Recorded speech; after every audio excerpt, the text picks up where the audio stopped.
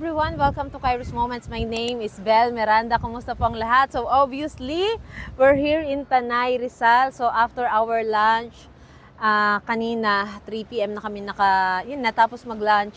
So pumunta kami dito with our family. And today is Sunday habang tinitake ko po itong video. So anyway, Happy New Year everyone! Happy 2025! So obviously, andito tayo ngayon. Ayan, sa likod ko ay windmill. Napakarami nila sa iba pang part nito. Ayan, so the Lord is so good, whatever the season ng ating buhay. So natapos na naman po ang isang taon ng ating buhay, ang 2024. And let us always remember na hindi natin may babalik ang 2024. So may mga nangyari sa ating buhay na sabihin natin na walang perpektong taon, dahil wala rin naman perpektong tao. Walang perpektong pangyayari, at ang perpekto lang sa ating buhay ay si Kristo lamang. So anyway, whatever the season ng ating buhay, hello, ayan, oy, say hi, ayan. Hi, Eric. I'm with Eric and Danai.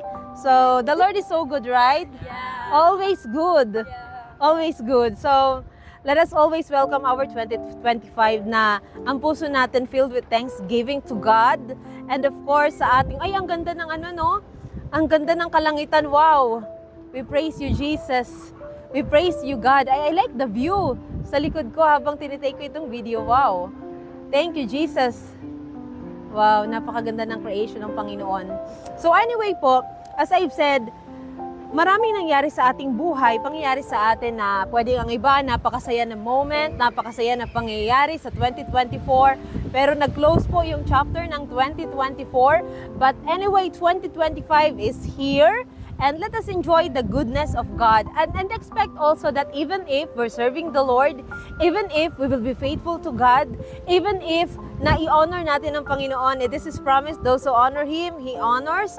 But let's always consider that there will always be trouble. For it is written, a righteous man may have many troubles, but the Lord delivers him from them all. It's okay. It's part of the process.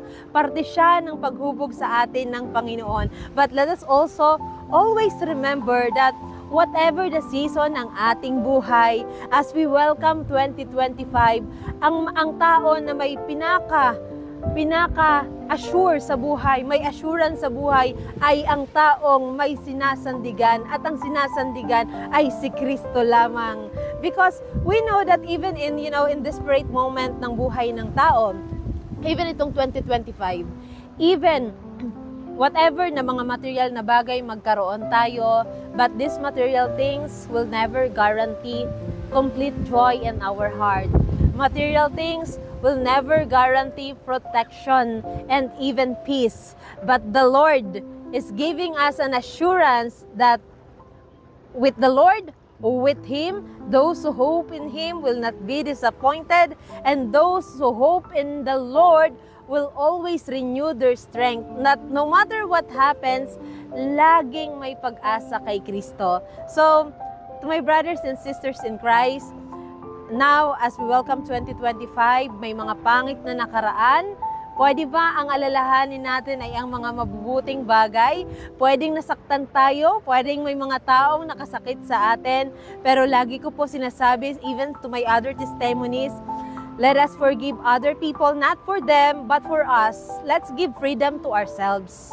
So the Lord wants us to enjoy His favor, His blessing, and whatever the season ng ating buhay, araw-araw ay mabuti ang Diyos. Araw-araw ay tapat ang Diyos. So, napakabuti po at napakadakila ng ating Diyos.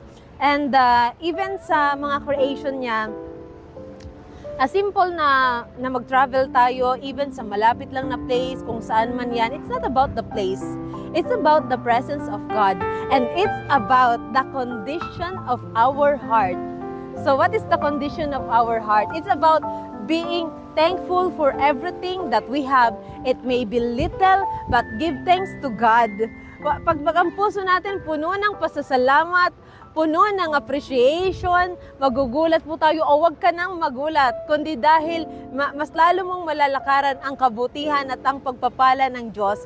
And as the Lord bless us, let us also become a channel of God's blessing and the channel of God's love, because God bless us not only for us, not only for our family, but also to become a blessing to other people at maging daluyan ng kanyang pagpapala talaga. So that people will not only hear but will experience the goodness of God. So, ayan po. So, maraming salamat. Alam niyo, more than 2 years na po yung Kairos Moments, and sobra ako nagpapasalamat even for sharing your testimony every time na nagko-comment kayo. And even kahit walang comment or what, pero pag nag-comment kayo, mas lalong masaya po ako. Not for me, but for the glory of the Lord Jesus Christ. But if you have also a testimony, I'd like to encourage you to share your testimony, for the glory of God. Huwag natin ipagkait ang pagsasabi and pagdideklara kung gaano kabuti ang Panginoon, lalo na kung lalong nararanasan po natin. So, that is a very simple thing na pwede nating gawin. Pero minsan iniisip natin simple, pero sa Panginoon pala na ang mga simpleng bagay na ginagawa natin, grabe si Lord, sobra na na-appreciate. So, thank you so much. May we always share to other people the love of God. And let us always appreciate even little things that we have. So, thank you and God bless. Ayan, you may still join me in this video. So look at the view. This is our second time here because our first time, hi Kagawad Ellen. Our first time was when we were with Kagawad Ellen and her husband. So, and we appreciate the view. And after this, we might go to, I think Tanay Highlands. I just don't know if okay pa sila after nito, but they also appreciate the view. So ayan, kasi dati wala pa ito eh. So, ayan.